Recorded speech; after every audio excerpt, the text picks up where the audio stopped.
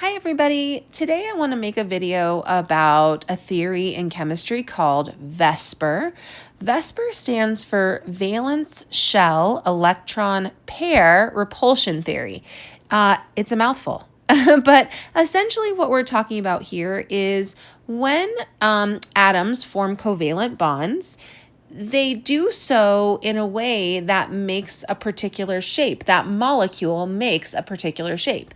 And that shape is mostly driven by the fact that electrons repel each other. And so these electrons, when shared in a molecule, are going to spread out in 3D space as much as they can. And that's going to form a particular shape.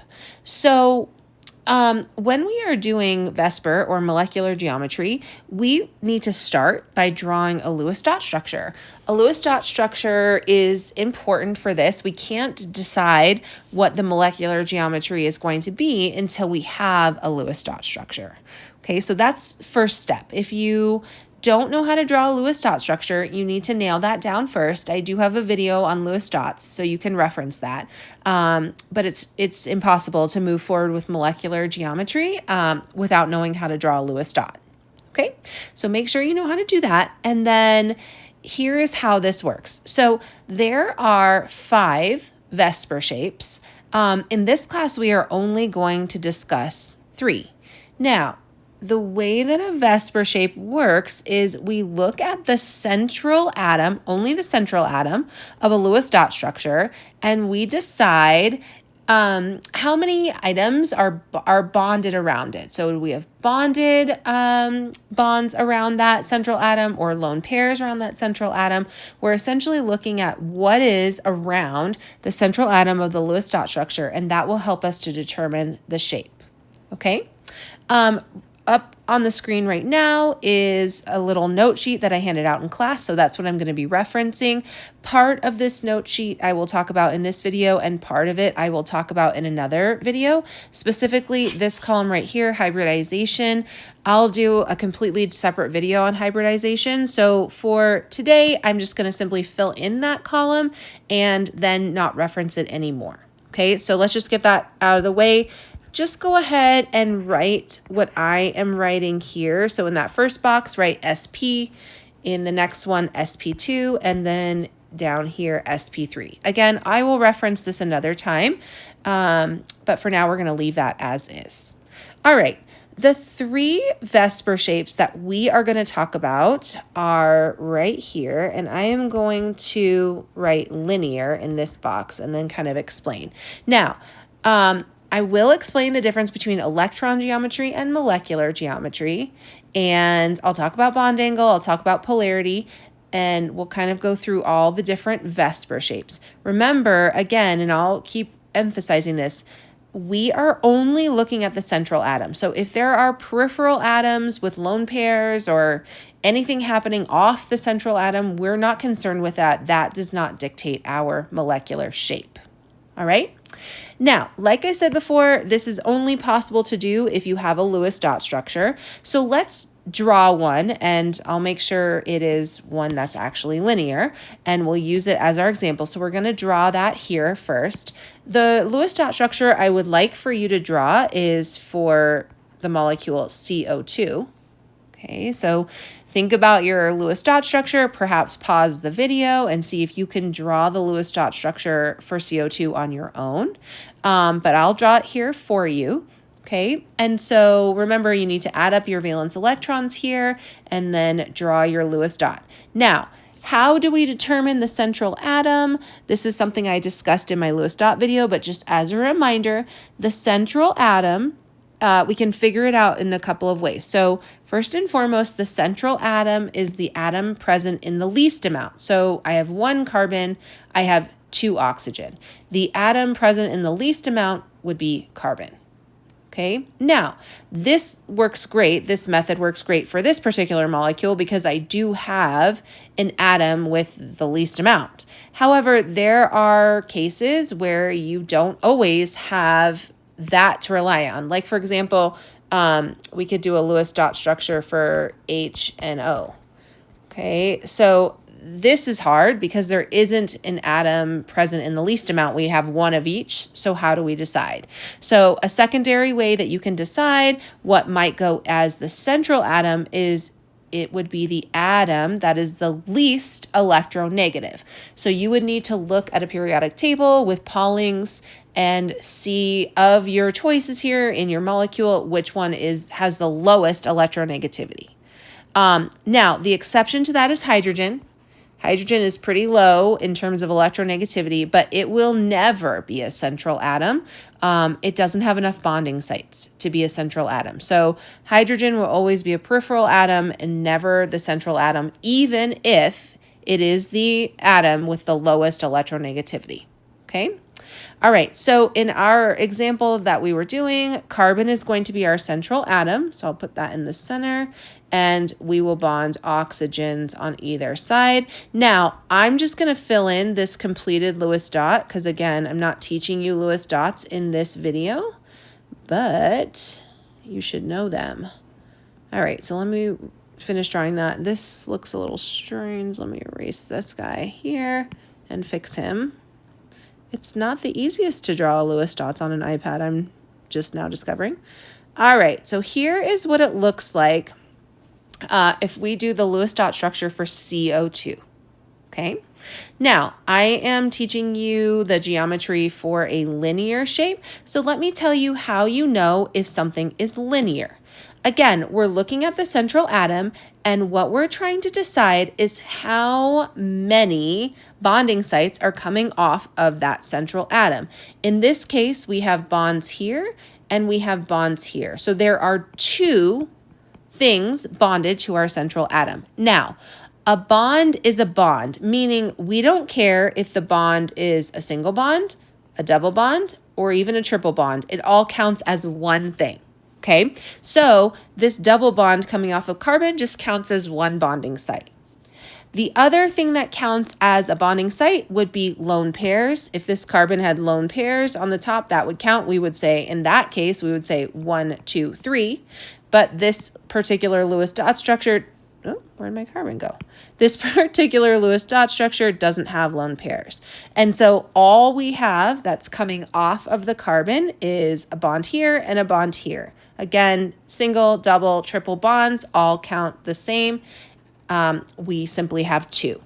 If you have two things coming off your central atom, your electron geometry is linear. Now, in this case, our molecular geometry is also linear. I'm going to come back to this one when I have a better example. So down here will be a better example for molecular geometry, and I'll show you the difference. But for now, let me fill this in. So this is 2 bonds and 0 lone pairs. Okay, so 2 bonds, 0 lone pairs in this example. All right. And this is something you're going to need to memorize. The bond angle for linear molecules is 180 degrees. Okay. Now, polarity is also something I will probably reference in another video, but this we're just going to write usually nonpolar. I will explain this to you in a different video. Okay, so we're going to say usually nonpolar with this shape. All right, let's move on to another molecule, just because as we move through this and do more examples, this will become easier to understand. Okay, all right, for this next section right here, we are going to add bonding sites to our central atom. And so I want to do an example of BF3 for this position right here. So go ahead, pause the video, draw your Lewis dot structure for BF3. By the way, BF3 is a little odd in the sense that it is an exception to the octet rule. Boron is pretty happy without 8. It's pretty happy with 6, and that's what you'll find we have here. So I'm just going to draw this in as best I can in the space that I have. Okay, so here is what this Lewis dot structure looks like. And hopefully yours turned out the same. Okay, like I said, boron's a little strange. It's an exception to the octet rule. Very happy. Like this, it would be a stable bond. Okay, all right, so this particular VSEPR shape, what we notice is now off the central atom, I have 3 bonding sites, whereas this one, just 2. Remember, a bond doesn't matter if it is double, triple, single bonds, it all counts. Okay, and in this case, I don't have any lone pairs on my central atom. I just have 3 bonds. So when we have 3 bonds coming off the central atom, our electron geometry right here, electron geometry, I thought that was my pointer. There we go. Electron geometry is what we call trigonal planar. Okay, trigonal planar. What that means is we have 3 bonds coming off the central atom, all bonds, no lone pairs. Okay, and when everything that comes off the central atom is simply a bond and not a lone pair, then the molecular geometry is the same as the electron geometry. We would call it trigonal planar. Hang with me for a little bit. Let me show you what happens when we don't have 3 bonds coming off. So now let's do another example right here in this box. Okay, in this box, I would like you to do the Lewis dot structure for NO2. Okay, so go ahead and pause and draw your Lewis dot structure for NO2. I'm going to get this one in. My dots are kind of in crazy positions here. Excuse my lone pairs. There we go. And then this guy has a lone pair coming off of the central atom. Come on, little dots. There we go. All right, so this is roughly how your Lewis dot structure should look for NO2. Now, let's compare. We still have 3 things coming off our central atom. We have a bond here, and here we have a lone pair. All right, remember, double bonds don't matter. We just count them the same as a bond. So we've got a bonded site here, a bonded site here, and then we have a lone pair here. The difference between these two is that this is bond, bond, bond. This is bond, bond, and lone pair. So some things have changed.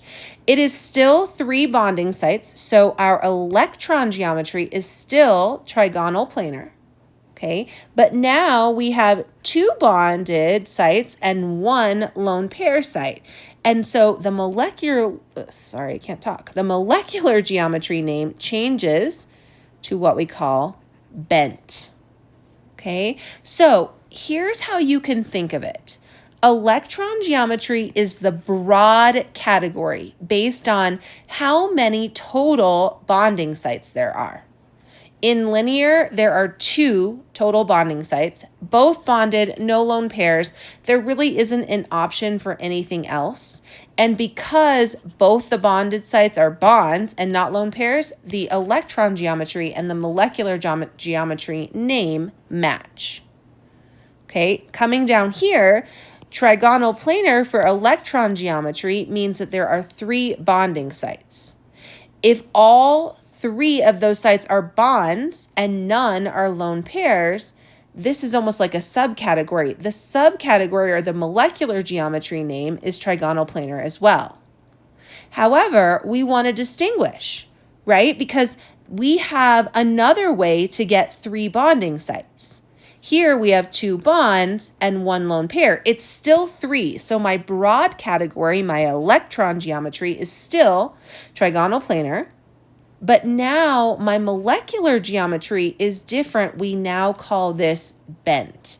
That's how someone would differentiate between 3 bonding sites, but one of them is a lone pair, 2 bonds and 1 lone pair, versus 3 bonds.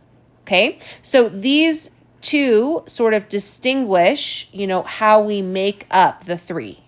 This is 3 plus 0 is 3. This is 2 plus 1 is 3. It's still 3. But we kind of can differentiate, okay? Now, When we're talking bond angle, what we're talking is the angle between two elements, okay? And like I said up top here, it is 180 degrees. That makes sense. Now, these, remember, electrons are unfriendly with one another. They are going to try to spread out in three-dimensional space as much as possible. So they're kind of bending away from each other. In this case, the bond angle of anything that's trigonal planar is 120 degrees. Okay?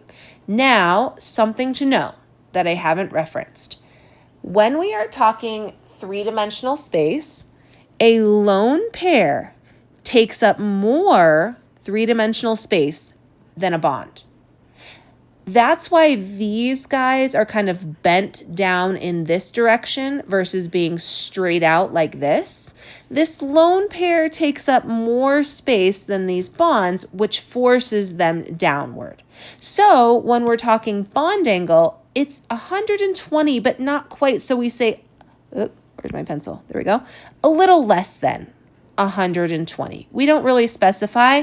It's just this angle is not quite 120 degrees because this lone pair is pushing them down a little farther than a bond would. Okay? And it's also, that helps me remember that, bent means, just to me, means kind of bends away from that lone pair. All right? So far, so good. Now, polarity, again, I'll discuss a little later. I'm going to say here, this shape is usually, I'm putting usually in parentheses, and I'll explain in another video why.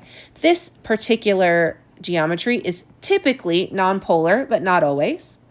Okay, and this particular geometry is polar all the time because if we have a lone pair, this molecule is always going to be polar. Okay, so there's no other option for trigonal planar and bent because it has a lone pair, it will always be polar. All right, let's move on to our last geometry. This would be if we have 4 bonding sites. So let's start with an example. I would like for you to draw the Lewis dot structure of CH4 right here. Okay, so CH4 right there. Carbon's going to be our central atom. Hydrogen can never be. So we'll do this. Our Lewis dot structure looks like so. Okay. All right, now if I look at my carbon, I have 1, 2, 3, 4 bonding sites coming off of this. And so now I am going to call this electron geometry tetrahedral. Sorry, I have a hard time writing with my pen here when I have to write really small. Tetrahedral. I don't think that's any better. All right. Now, in this case, hopefully you're starting to see how this goes pattern-wise.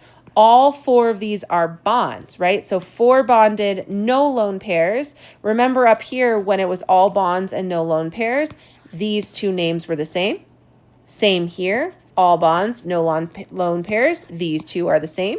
And we follow suit here. 4 bonded, 0 lone pairs. So now the molecular geometry is also called tetrahedral.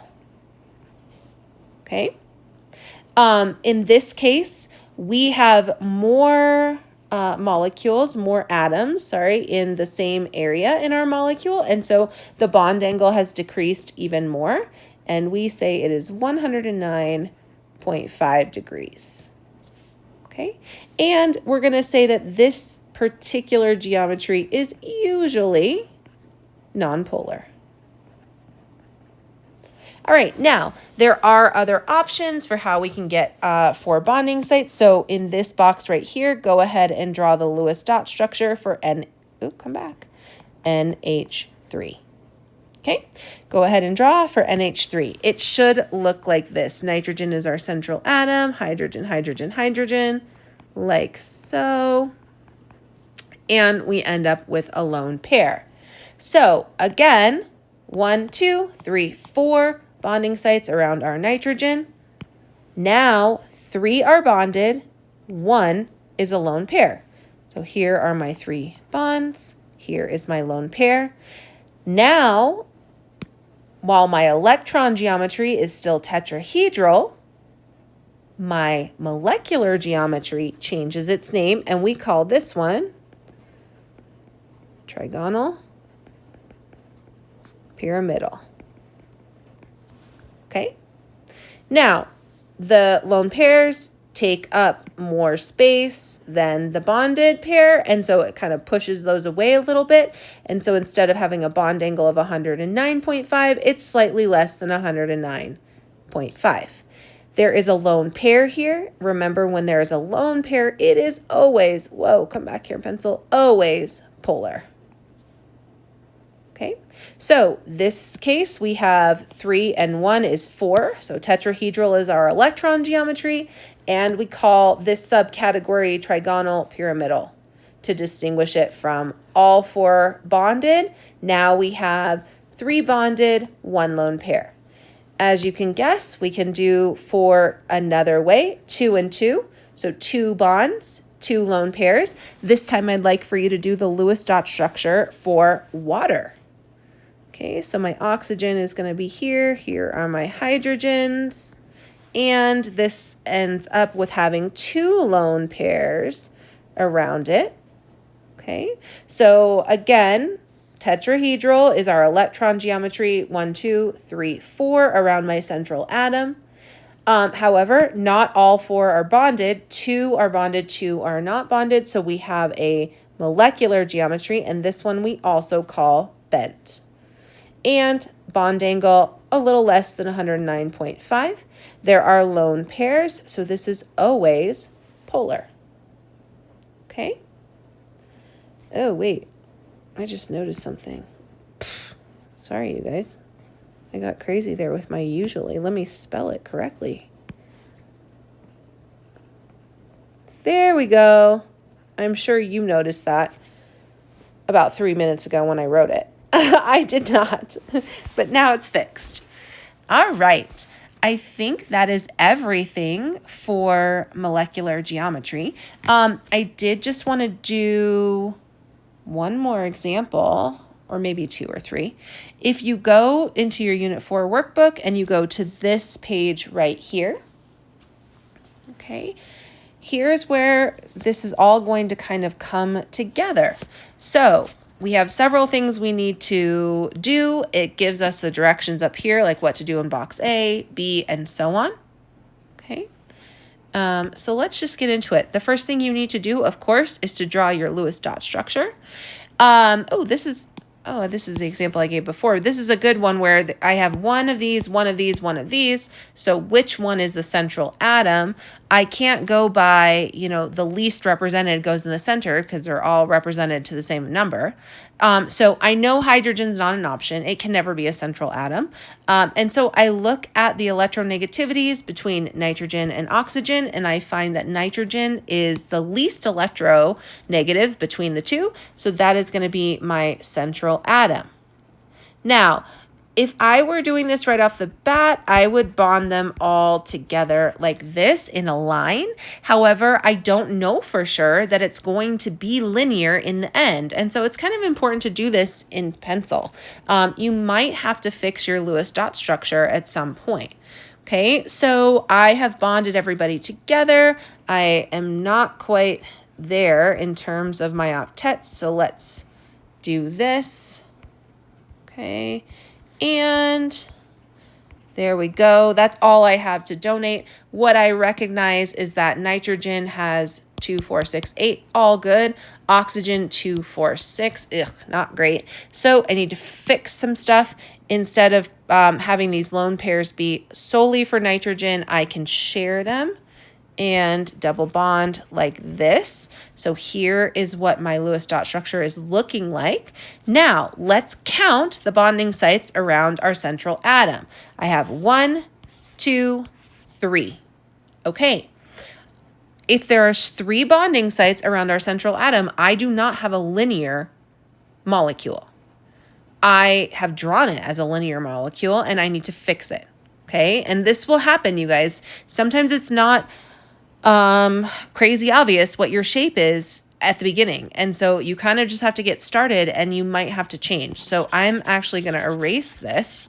You probably don't need to erase the whole thing. But I'm now going to draw it in a way that's more representative of its molecular shape. Okay. So here is what it looks like. If I have 3 sites around my central atom, the electron geometry, so in B, it asked me to state the electron geometry. The electron geometry is trigonal, planar. Okay. Now, remember, the molecular geometry might have a different name. The only way it would have the same name is if all 3 of those sites were bonds. But in this case, I have 1 bond here, 1 bond here, and a lone pair. So it's not the same. If I go back to my chart and look, that corresponds to a molecular geometry of bent. Okay. So in box C, state the molecular geometry. This is trigonal, pyramidal, or sorry, ignore me, trigonal planar for my electron geometry and bent for my molecular geometry. The bond angle, which by the way, and I did not mention this before, you need to memorize, but it's not too challenging. There's only a few to memorize, is 120 degrees, but because of that lone pair right here, and this guy takes up so much space, it's going to bend them down just slightly more, so we say a little less than 120 degrees. Okay, now something I haven't discussed a whole lot, and that's polarity. This is a polar, whoops, pencil. This is a polar molecule, but I will talk about that in another video. The last thing it asks us to do is to write the hybridization in the upper right-hand corner. And for this, and again, I'll reference this another time, sp2 would be my hybridization here. Okay. All right, you guys, I hope you have a wonderful day and that you understand molecular geometry and VSEPR just a little bit better. Bye.